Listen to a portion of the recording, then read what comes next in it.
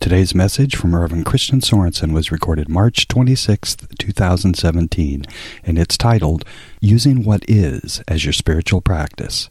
Today's affirmation, I recognize all aspects of my life are my spiritual practice. Come visit us at seasidecenter.org, and you can join us in Encinitas, California on a Sunday sometime, where we always have great music, a spirited message, and a joyful, loving, vibrant community that awaits you. Good morning, Seaside. Well, it is my honor, as it is every Sunday, to introduce our guest artists. And today we have a very special guest, and it is her first time here with us as a guest. She's come to listen to the messages before, and so we're very grateful that she is now our first-time guest here. So she's actually relatively new to San Diego. She's been here for a few years, but she's just getting herself now really acclimated into the music community. And we are friends, and I'm just so grateful to know her wonderful spirit, the person that she is, and she's going to share an original song with everybody. So she's going to tell you a little bit about the song, and please help me welcome Mandy Jo Miller. Thank you. Hi, everybody. It's so nice to be here. So after the election, I was a little sad for about 2 months. I didn't really get out of bed. I wasn't playing any music. I was just like, okay, life is over. But then I took the dog for a walk, which I never do. And I was like, dog, lead the way. So the dog led me to this light pole. And it was just like around this light pole. I was like, okay, what's going on? And I look up and there's a Post-it note and it said, don't give up, have courage, fight back. Somebody just put these Post-it notes up around my neighborhood. But it was because of that note, the next day I was like, okay, I got to get out of this funk. Like, this is not okay. And so I wrote a song about it called Don't Give Up, Have Courage, Fight Back. So that's what this song is. 1, 2, 3.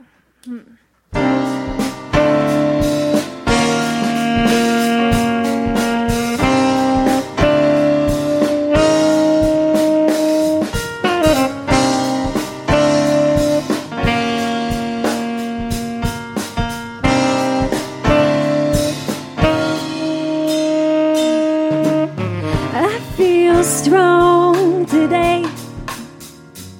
I haven't felt it in a while, and I see the smile on my face, and I feel right today. It's like the universe is saying, time to get up and go take your place. At the front of the line, it's just about time. Don't let anybody step in your way. I woke up this morning with a song in my heart, and this is what I was taught to say. Don't give up, have courage, and fight back. Don't give up, have courage, and fight back. And I feel alive today.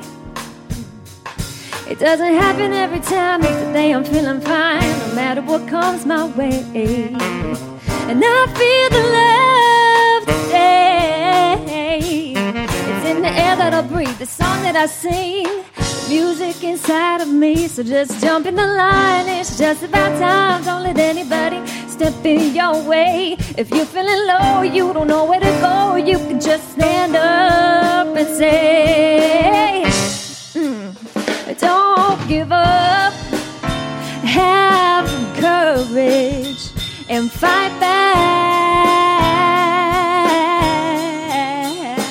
Don't give up, have courage, and fight back.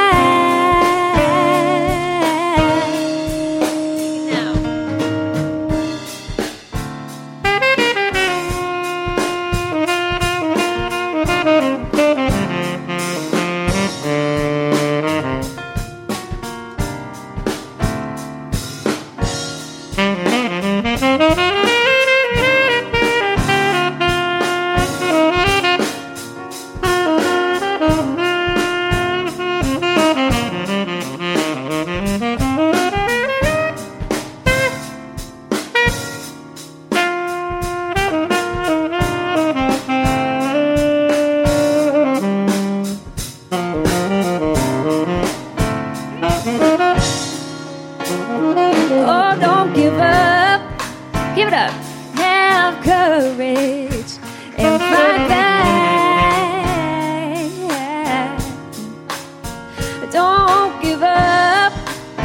Have courage and fight back.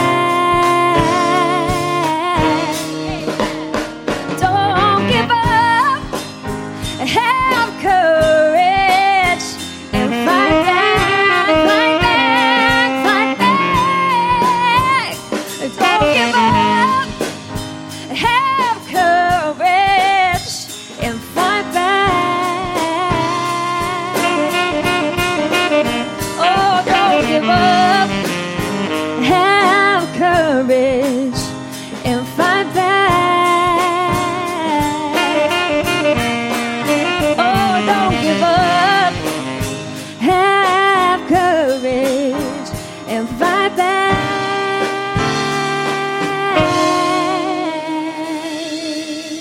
Yeah. Thank you. Hey. That is Mandy Jo Miller. Welcome to Seaside. Welcome to town. We are grateful you're here today. How fun. Sounded great. Hey, whoa, check that out. That is nice. Marv, good going. We got a wonderful new slide projector, and it's looking really good. Good going. Hey, this morning is using what is as your spiritual practice. And I really love that concept is whatever's going on in your life, that becomes your spiritual practice. And what's going on in my life right now is, as we know, Tammy's leaving the Seaside after, a quarter of a century of hanging out and being a pillar here.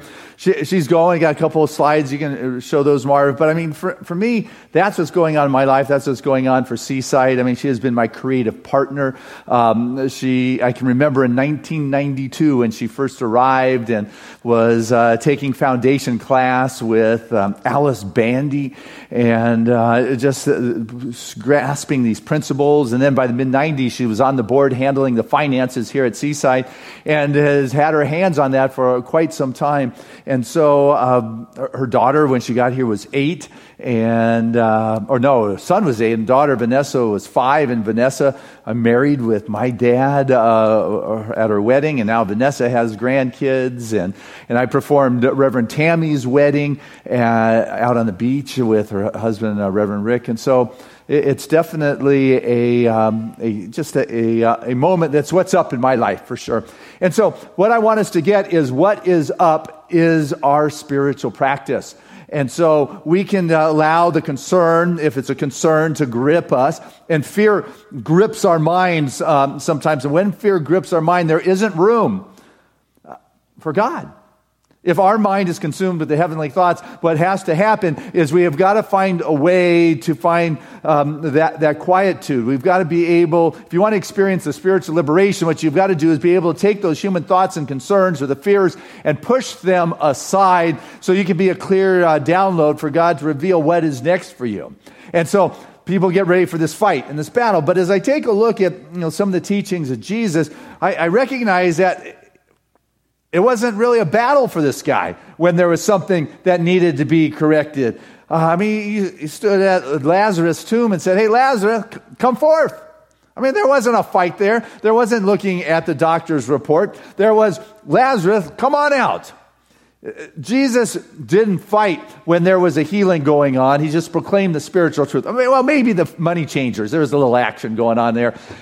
He threw those characters out of the temple. But what a great metaphor within the temple of our consciousness if we've got the fear or we've got that sense of duality or we got that which is so contrary. It's got to be thrown out of our consciousness. And so you throw it out. But other than that, we're told, resist not evil. Turn the other cheek. Somebody did you wrong, you're supposed to forgive. Forgive 70 times 70, which means, forgiveness doesn't usually just happen. Okay, I'm going to forgive you, it's done. No, you got to work it. You ever have something you got to forgive in your life? You got to work it. You got to continue at night when you wake up. I'm going to let it go. I'm going to let it go. We're told that, put up the sword because the one who takes down the sword will perish by the sword. And so what I'm reminded is that what is my spiritual practice doesn't have to be a battle or a fight. unless I make it into that. We can move into that experience with a courage, with a conviction, with an assurance, with a quieting of our mind and making ourselves available. But you got to recognize what is there, what's going on in the human form. I mean, it is. Whatever that is for you, it is happening. You got to deal with it. You can't just stick your head in the sand and pretend it's not. You got to deal with that. At my house, we've got some wind chimes. We love wind chimes. I think a lot of people from the beginning of recorded history have loved wind chimes. They put them, hang them in the trees when they made them out of, shells or bones or bamboo or metal or tin or pipes or glass. Just the sounds. There's just a mystical sense that for me is otherworldly. People put them outside temples to keep the bad spirits away and invite the benevolent ones in. I mean, it's just... And so I wake up in the morning and I grab my cup of coffee and I start at dusk with my meditations and to the sounds of the wind chimes going. And one morning I noticed something was off. And actually what was off was the wind chimes. We live at the top of the hill and the wind from the ocean is always blowing them. So usually in the morning I have the sounds going and there was no sound. It was real windy the night before. So I went outside and there they were. They were all twisted up in knots and just the wind was so strong it had tied them all together. And like in our life sometimes we have got these winds that are the winds of challenge or fear or difficulty or what it is I've got to deal with. And all of that gets tied up and we lose the beautiful sound of our being. And so I had to go out there and unravel, untwist, untie, unknot those beautiful wind chimes. And when I completed the process, it was like a little wind came through the yard and they got this little tingling sounds and just like a thank you for that. But what I want us to get is that we have this beautiful sound, our own unique sound, that the Spirit of life wants to blow through our life. But sometimes we have allowed ourselves to get tangled up and just haven't gone outside to untangle and to undo that. And what I want us to recognize is that the moment that you are ready and willing, God is able. Life is able to show up in your life.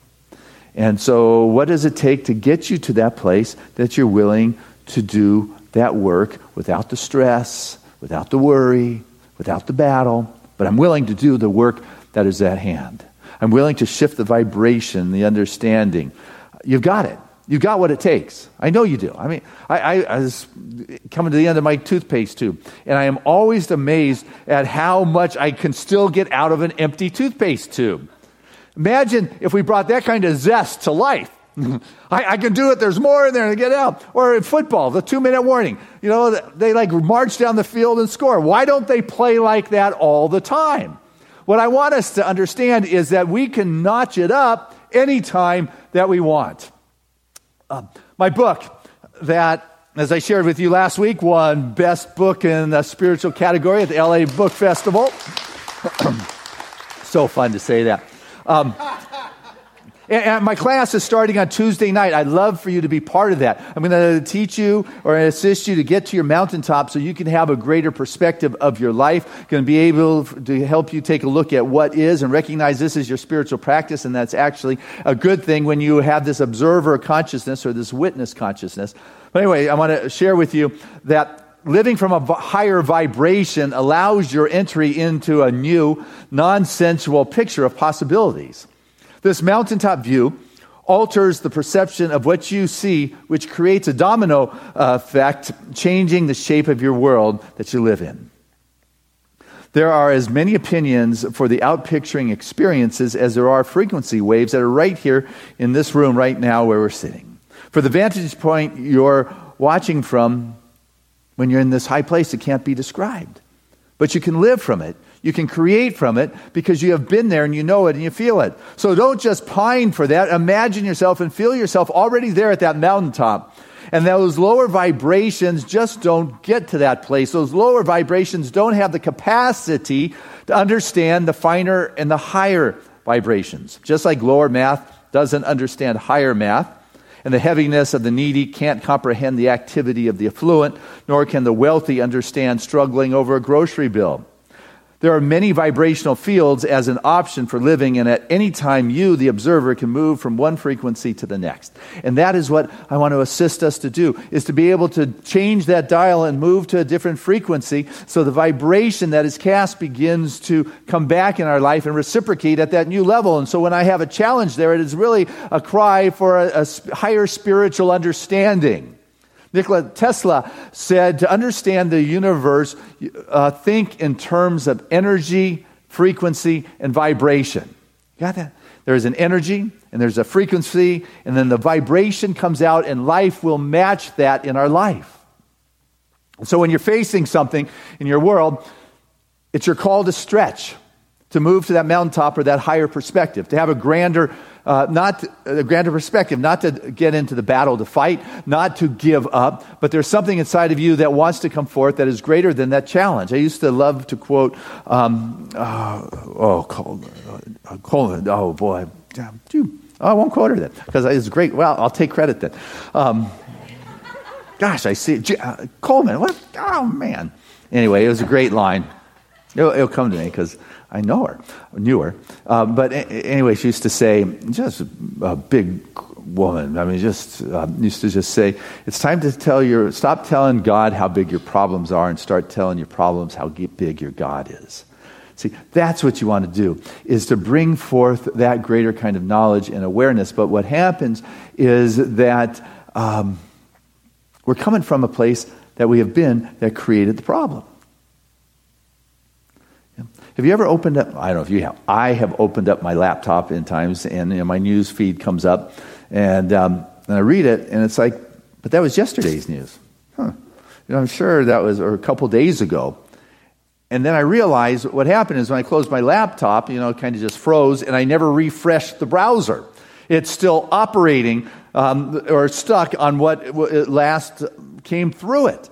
Or on your pad or on your iPhone, if you don't refresh the browser and you look, here's the news from a couple days ago, and it's like, wow, things have changed. But this is what happens sometimes within our brain, is that we don't refresh our thinking. And so when we reach that wall or that difficulty or what is our challenge here in life, what happens is the old patterns of our mind come forward and catch us and say, okay, this is how you've handled it for the last 25 years.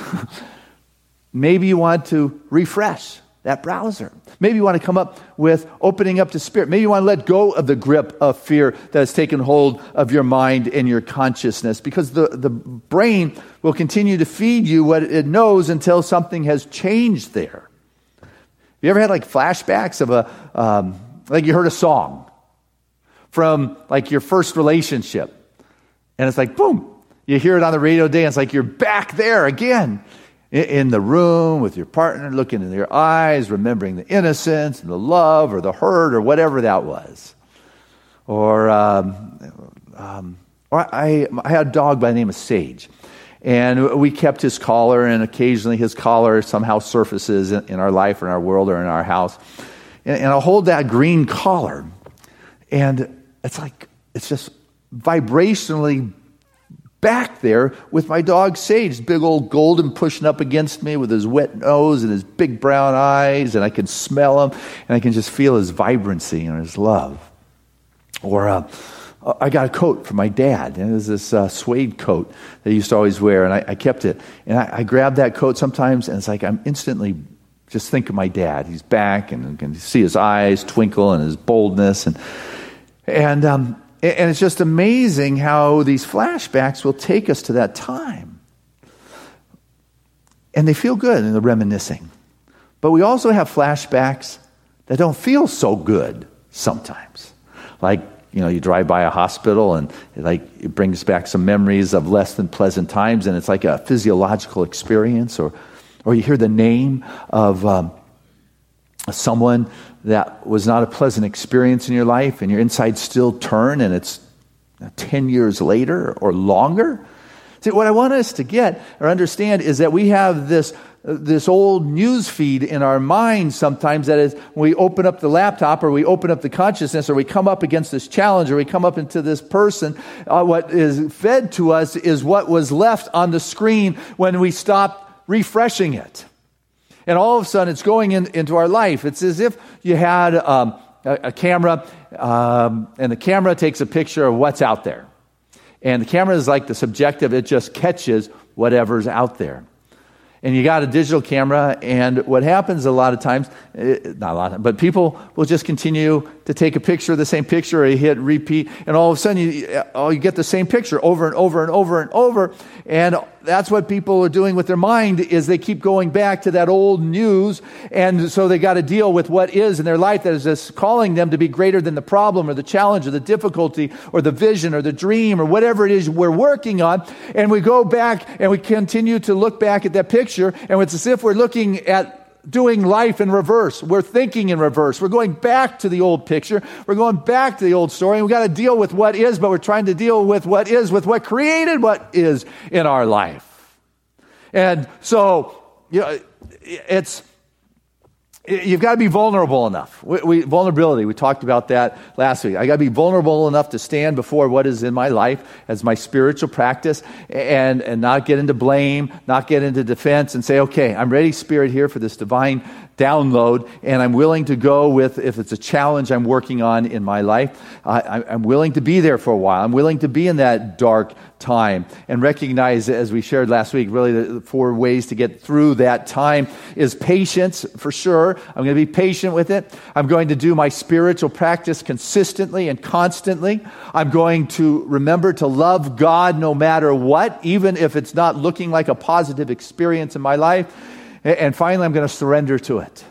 Right? That's the non-battle aspect of the Christ consciousness that resists not evil, resists not the challenge, but becomes that place where Spirit shows up. It downloads in life, and the magic and the wonder and the majesty happens. Ernest Holmes said, life, he wrote in his book called Discover a Richer Life, he said, life isn't to be endured. Life is to be lived in joy and fullness without limits. And he went on to write that don't view your present life through your past experiences. Life's not to be endured. It's to be enjoyed. That's why you're here. You got one of these bodies. People line up to get into this realm. This truly is Eden. And if it doesn't feel like heaven on earth, then there's something inside of you that wants to shift. And I'll tell you, probably the best way to work on shifting it is find the spot where there's resistance and be willing to surrender to it, to look at it and say, okay, I need to move through this somehow. And I'm not going to come back from that old repetitive pattern of looking at what was, because people take a look at the financial statements and continue to look and say, oh no, there's difficulty here, or listen to what the doctor has to say or the lawyer has to say, and all their valuable things to do when you want to move through a situation. You want to be on top of things, you want to be aware of it, but if you become fixated in rehashing that image in your mind, what you're going to do, as surely as darkness will show up at night, you're going to continue to perpetuate that until there is something that shifts inside of you.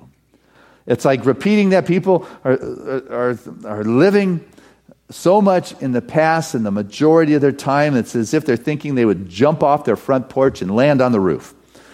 It doesn't happen like that. Something's got to change. And you keep doing the same thing and getting the same results. I was doing some a video shooting this week from my Joyous Living Journal, and I love the one I did this week, and it's going to come up. You guys will read it. You've probably heard it, but it's about the buzzard bats and bumblebees. Remember that one? No? Okay, I'll tell you that. I like it. Anyway, the buzzards, it's interesting, like in a zoo, if you go see them, if they have them like in a 6 to 8 foot pen, there's no screen on top of their cage because they need 10 to 12 feet running start to fly. So they've just stopped trying. And the top is open, and they could fly out, but they don't even try. And a bat, if it's on flat ground, here's a bat that has the most nimble sonar flying ability of so many of God's creatures, and if it's on the flat ground, it can't fly. It has to find a little bit of ledge so it can throw itself off so it can start flapping and fly. And here it is. It's out in the open, infinite possibilities in the skies, and it can't fly because it's just crawling on the ground, probably painful. And the bumblebee, it's in a tumbler, the bottom of a clear glass, Top is open, but it will try to get out at the bottom where it's at, and it will continue to try to get out of the bottom of the glass until it dies. All three of these things could just fly out the top. They've got to look up. But what happens in our life is that we forget to look up. We're looking at what is in our world and saying, oh boy, I've got to do battle here, or whatever it is that we are working on in our life, and we forget to look up. Don't be like the buzzard, the bat, or the bumblebee. Look up in your life. As you look up and say, okay, God, I'm willing to quiet down the human chatter of my mind and be a receptive place for a greater possibility and vision, Spirit will come and download. You will get the Word of God. And it is the Word of God that will free us. It is the Word of God that will lift us to that higher place. It is that word or that feeling, call it what you want, but it is the realization, the God realization, that will allow us to know what it is that needs to take place in our life for things to unfold in a different kind of way in our world. In my book, there's a great line that says, don't spend your time consciously contemplating the forms. Contemplate consciousness, and you will step beyond the boundaries of the imposed limited perceptions. That's what it's like to go to the mountaintop, is that I'm going to contemplate consciousness here, not ruminate the picture over and over and over and continue to create that in my life. I'm going to be that place where Spirit is looking to show up in a new way. But the big question is how much do you want God? With what is in your life that you're looking at, that has become your spiritual practice, how much do you really want Spirit in that spot? Because as you begin to move beyond the closed mind, you'll realize that Spirit doesn't function in a cluttered mind. And our brain has done the best it can with what it is we've given it over the tens of thousands of hours of programming. Those synapses that are firing, the billions of them with the neurotransmitters. I think it's the brain, but the brain has done us good. It's just doing what it's been given to do. What we want to do is to allow that new programming to show up in our life. We've got to go looking for it. There's this video, Marv, of this little child who went looking for God.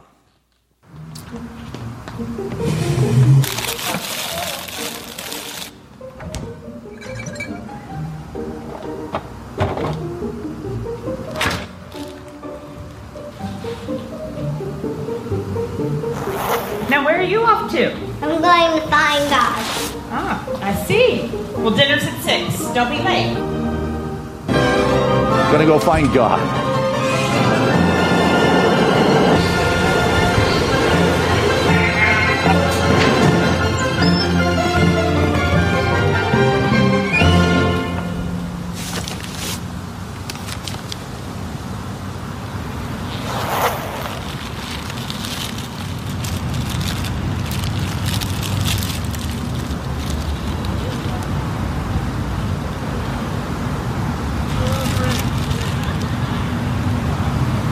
Thank you.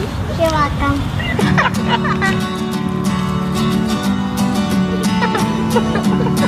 He was like, no.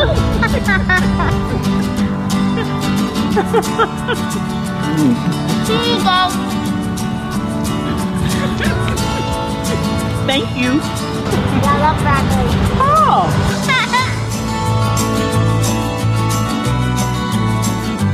Gotta go.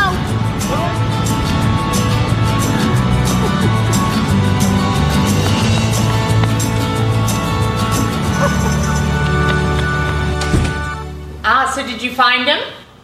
God is a woman, Mom. And she has the most beautiful smile I've ever seen.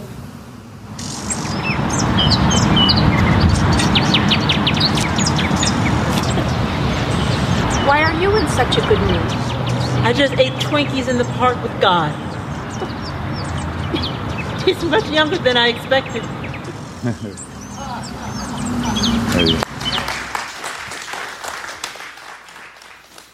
Are you able to have a different perspective than what you were expecting?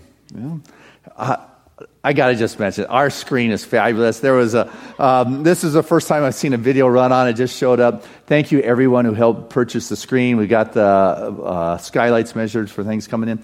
And it was interesting, with that, brought in new equipment and for that, and trying to run through some of our old equipment. And our old equipment was so jerry-rigged and so outdated and old ways that it couldn't read the new information that was working. And so what had to happen is that we had to retrain, reboot, refresh some of the equipment that we have kept, because the new way is so much easier for the pathway than the old way, that the old stuff needed to be refreshed. And it's like, that's such an analogy in our life. How long have you been going and operating on the old way when there's a new way that is waiting to express itself in your life and in your world? And so the brain does what it's been told to do, and the beautiful thing about it is it's not hardwired. It can be rewired. Neuroplasticity. And these old tapes and these old patterns come, I think it was Daniel Hebbs, who in 1949 is considered the father of neuropsychology. He said, the neurons that fire together wire together. So what has happened, whether it was with my coat and my feelings and Dad, or my dog and the collar, and in my brain things are patterned in a certain way. So when we have a challenge that shows up, what happens is the old patterns that have been wired in there are what comes up. But can I get myself to a high enough perspective so I can begin to see life in a new way, in an exciting way, in an engaging way? It means you might have to lose yourself or your old way of being, and I trust what emerges is greater, but are you able to enjoy the new possibility?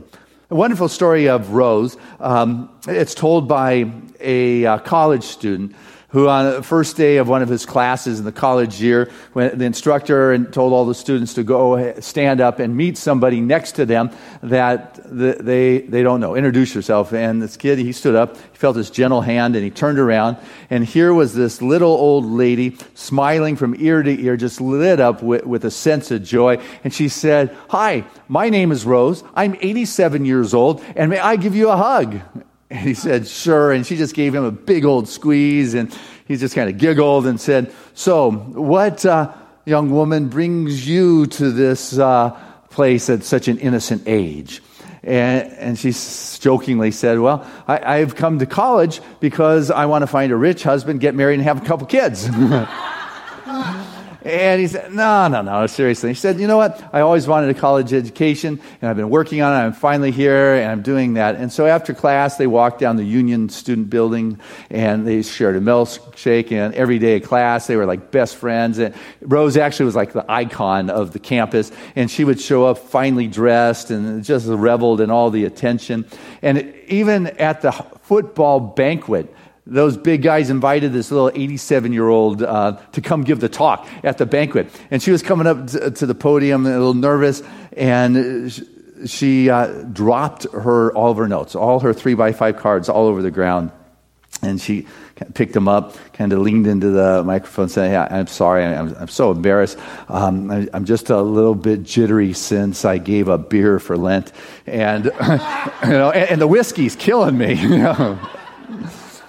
But she said, "What I want you to know is that you don't stop playing because you get old. You get old when you stop playing."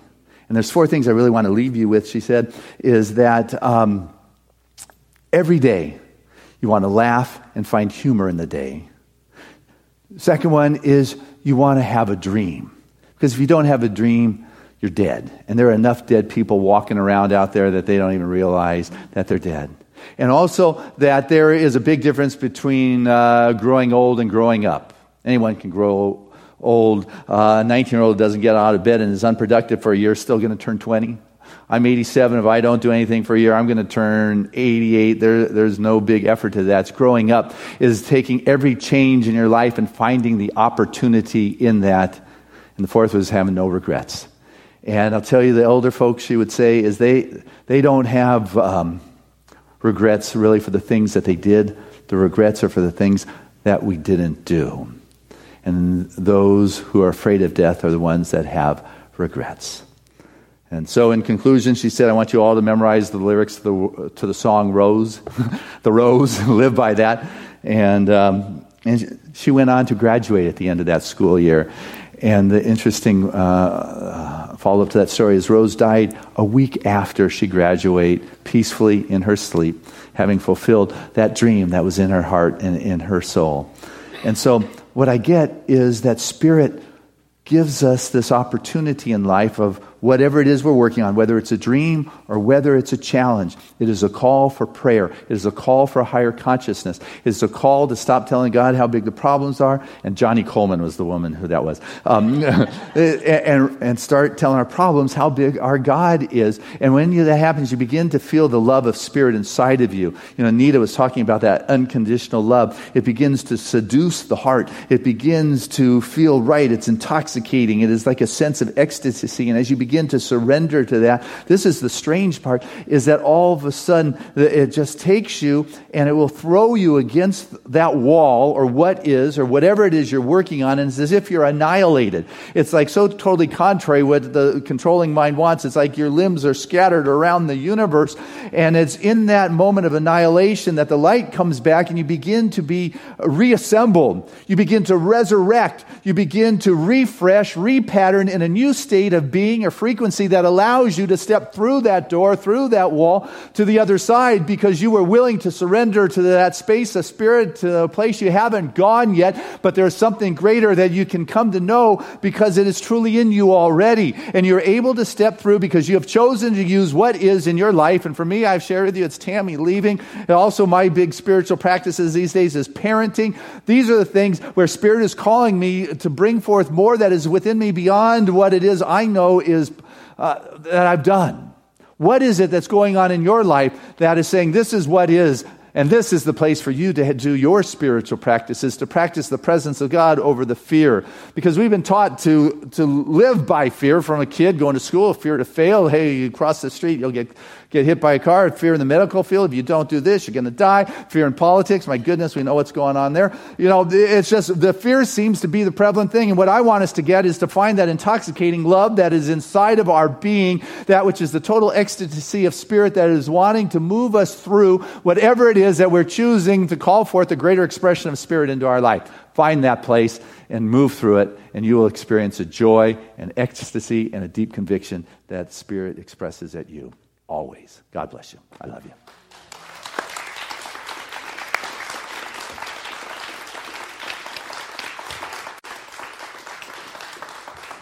Hey, let's keep it going as we bring Mandy Jo back to our Busendorfer. Hey, what do you think of that piano? Huh? What do you think of that piano? I want to stay here all day. Yeah, that's really a pretty nice. special one. Handcrafted in Vienna just for Really? Seaside. Wow. Yeah. This is a song called Move Love by Robert Glasper.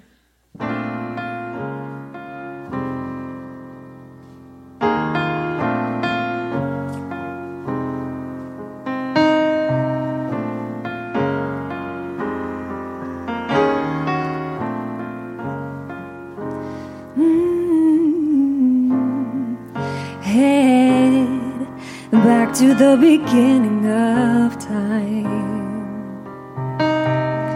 No, nothing, nowhere, or no one to find. Oh, we follow the moonlight, chase after the sun, searching for some peace of mind, searching for the silver light. Stop, turn, look and see, pause, breathe, run and dream, stay strong, live and lead, move love across the sea.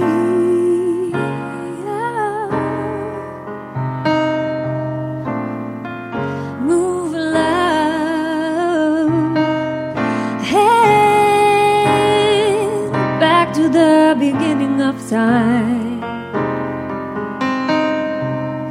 Oh, nowhere, nothing, oh, no one to find.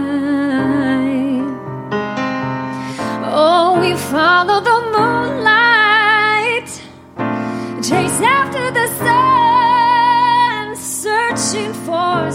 peace of mind, searching for the silver line.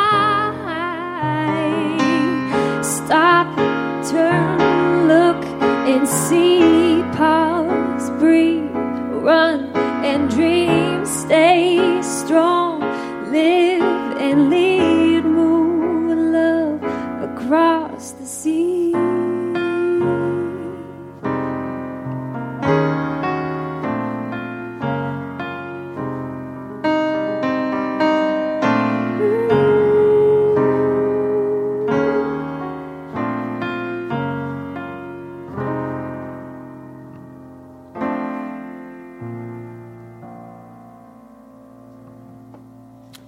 Mandy Jo Miller.